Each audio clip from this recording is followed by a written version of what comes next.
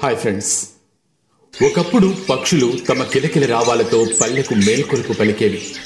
తెల్లవారుజామున ఆహ్లాదాన్ని పంచి ఉత్సాహాన్ని నింపేవి. అడవుల్లో ఎన్నో రకాల పిచ్చుకలు ఆవాసం ఏర్పాటు చేసుకునేవి. ఇప్పుడు అడవులు పలచబడ్డాయి. దాంతో పిచ్చుకలు కూడా అంతరించిపోతూ ఉన్నాయి. పిచ్చుకలు మనుషులకు మంచి నేస్తాలు. ఒకప్పుడు మనతో పాటు మన ఇంట్లోనే జీవించేవి. ఎప్పుడైతే మనం డబ్బులు సంపాదించడం వెనుకపడ్డామో అప్పుడు పిచ్చుకలను సంరక్షించడంలో వెనుకబడిపోయాం. అసలు పిచ్చుకనేది ఉంటుంది అనే విషయం కూడా మనం మర్చిపోయాం. Royal society for protection of birds నివేదిక ప్రకారం గత 40 సంవత్సరాలలో అన్ని పక్షుల సంతతిలో అభివృద్ధి జరిగింది. కానీ భారతదేశంలో ఉండే పిచ్చుకలు మాత్రం తగ్గిపోతున్నాయి. దాదాపు 75% పిచ్చుకలు ఇప్పుడు అంతరించిపోయాయి. ప్రపంచంలో 26 రకాల పిచ్చుకలుంటాయి. వీటిల్లో 5 రకాల పిచ్చుకలు మన భారతదేశంలోనే కనిపిస్తాయి. కానీ ఇవన్నీ ఇప్పుడు అంతరించిపోయే దశలోకి పడిపోయాయి. ఇంతకీ పిచ్చుకలు అంతరించిపోవడం వెనుక కారణమేంటి? అసలు ఇండియాలో ఎలాంటి మార్పులు చోటు చేసుకున్నాయి? రానున్న రోజుల్లో మన భారతదేశంలో పిచ్చుకల సంతతి పూర్తిగా తగ్గిపోతుందా? పిచ్చుకలు పూర్తిగా కనుమరుగైపోతాయా? ఇటువంటి విషయాల గురించి ఈ వీడియోలో తెలుసుకుందాం. పిచ్చుకలు అంతరించిపోవటం వెనుక ఎవరిదైనా పాపం ఉంది అంటే అది కేవలం మన మనుషులదే. ఒకప్పుడు మనం చేతులు చాచిన వెంటనే చేతుల్లోకి పిచ్చుకలొచ్చేవి. కానీ కేవలం మన వాళ్ల తప్పుడు పనుల వల్ల అవి అంతరించిపోయే దశకు చేరుకున్నాయి. పట్టణాలు వేగంగా పెరుగుతూ ఉండటం వల్ల ఈ నగరాలలో 80% పక్షులు కనుమరుగైపోతున్నాయి. ఇక ప్రపంచంలో ఉన్న పిచ్చుకల జనాభాలో 90% వరకు తగ్గుదల కనిపించింది. దీనంతటికీ కారణం మొబైల్ టవర్స్.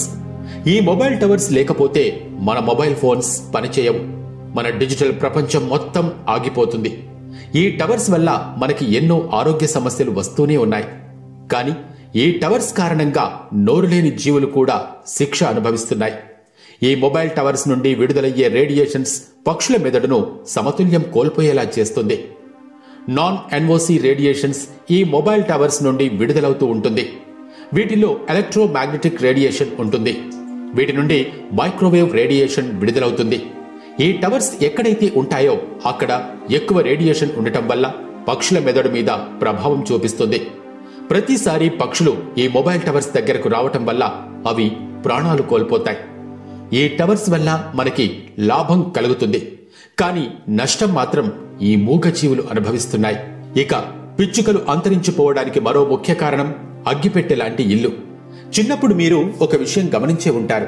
అదేంటంటే ఈ పిచ్చుకలు మన ఇళ్లల్లోనే గూళ్లు కట్టుకుని నివసించేవి. ఒకవేళ మన ఇంట్లో 3 గదులు ఉంటే ఆ 3 గదుల్లో కూడా రకరకాల గూళ్లు కట్టుకుని అవి జీవించేవి.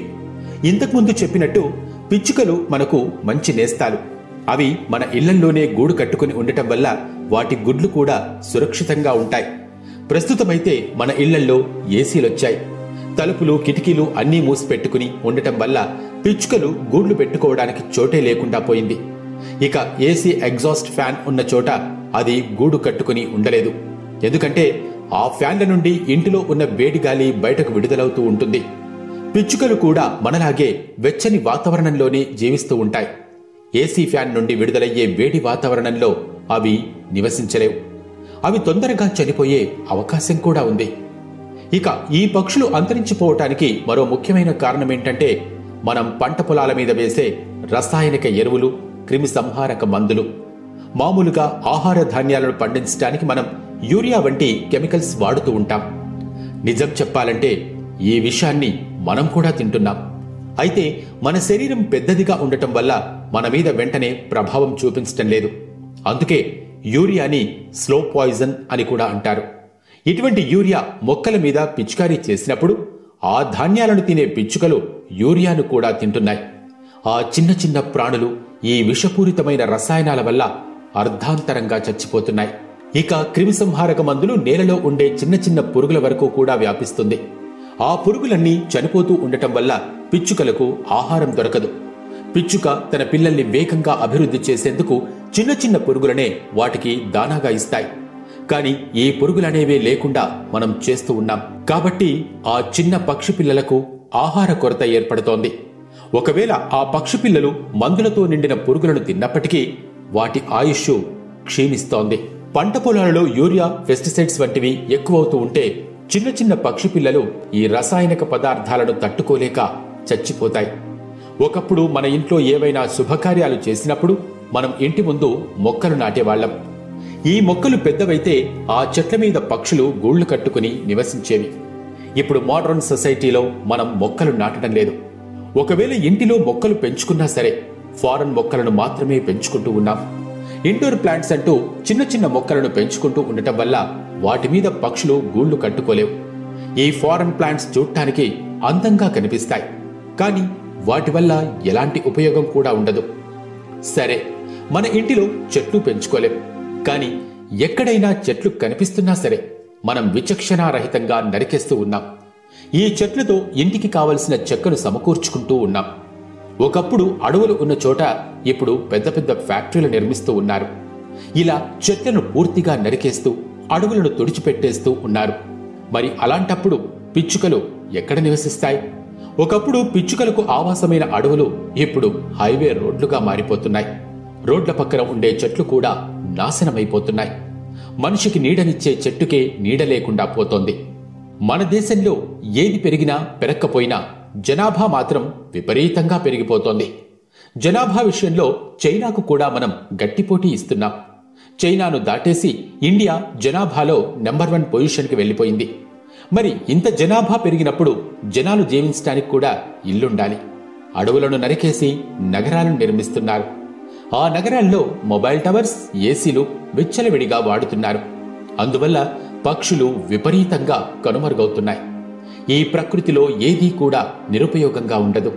అదేవిధంగా ఈ పిచ్చుకలు కూడా మన జీవితంలో ఎంతో మేలు చేస్తూ ఉంటాయి. అదెలాగో ఇప్పుడు తెలుసుకుందాం. 1958లో చైనా ప్రెసిడెంట్ మావో జెడాంగ్ ఒక ఆదేశాన్ని జారీ చేశాడు. తమ దేశంలో పిచ్చుకలు ఎక్కడ కనిపించినా సరే వాటిని చంపేయమని ఆదేశించాడు. ఎందుకంటే పిచ్చుకలు ఆహార ధాన్యాలను తింటూ ఉంటాయి. చైనాలో ఎక్కువగా పిచ్చుకలు ఉండటం వల్ల ఎక్కువ సంఖ్యలో ఆహార ధాన్యాలను కోల్పోవలసి వస్తోంది. అందుకే ఆ ప్రెసిడెంట్ ఇటువంటి ఆదేశాలను జారీ చేశారు. ఎవరైతే పిచ్చుకలను చంపుతారో వాళ్లకు మంచి బహుమతి కూడా ఇస్తామని ప్రకటించారు.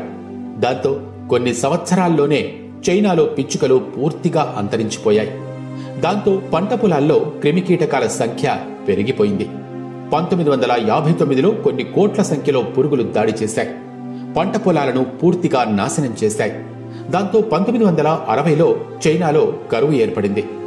ఈ పురుగులు దాడి చేయటంలో పిచ్చుకల పాత్ర ఏంటి అని మీకు అనుమానం కలగొచ్చు. పిచ్చుకలు ఇలాంటి క్రిమికీటకాలను తింటూ ఉంటాయి. ఇలా ఆ కీటకాలను తిని పంట పొలాలను రక్షిస్తూ ఉంటాయి. 1960లో చైనాలో కరువు ఏర్పడినప్పుడు 3 కోట్ల మందికి పైగా జనాలు చనిపోయారు. అప్పుడు గవర్నమెంట్ కళ్లు తెరుచుకున్నాయి. అయితే అప్పటికే ఆలస్యమైపోయింది. ఆ తర్వాత రష్యాతో సంప్రదింపులు జరిపి రష్యా నుండి కొన్ని పిచ్చుకలను చైనాకు తీసుకువచ్చి వాటి సంతతిని పెంచారు. ప్రకృతి సమతుల్యంగా ఉండటానికి పిచ్చుకలు ఎంతో సహాయం చేస్తాయి. మన దేశంలో ఇంకా కొన్ని పిచ్చుకలు మిగిలే ఉన్నాయి. వాటిని సంరక్షించే బాధ్యత మన ప్రభుత్వం తీసుకోకపోతే మనం కూడా చైనా ఎదుర్కొన్న కరువునే ఎదుర్కోవలసి ఉంటుంది. దానికి మీరు కూడా తగిన బాధ్యత వహించాలి. మీ ఇంటి ముందు ఒక చిన్న పిచ్చుక గూడు నిర్మించండి. ఒకవేళ పిచ్చుకలు ఇంటి లోపల ఉండలేకపోతే కనీసం ఆ పిచ్చుక గూటిలోనైనా ఉంటాయి. ఇలా మనమందరం చేస్తే అంతరించిపోయే దశలో ఉన్న పిచ్చుకలు మళ్లీ వృద్ధిలోకి వస్తాయి. ఈ వీడియోను మీ ఫ్రెండ్స్కి, ఫ్యామిలీస్కి షేర్ చేయండి. ఈ వీడియో మీకు నచ్చినట్లయితే లైక్ చేసి షేర్ చేయండి. మా ఛానల్ని సబ్స్క్రైబ్ చేసుకోవడం మాత్రం మర్చిపోవద్దు. Thanks for watching.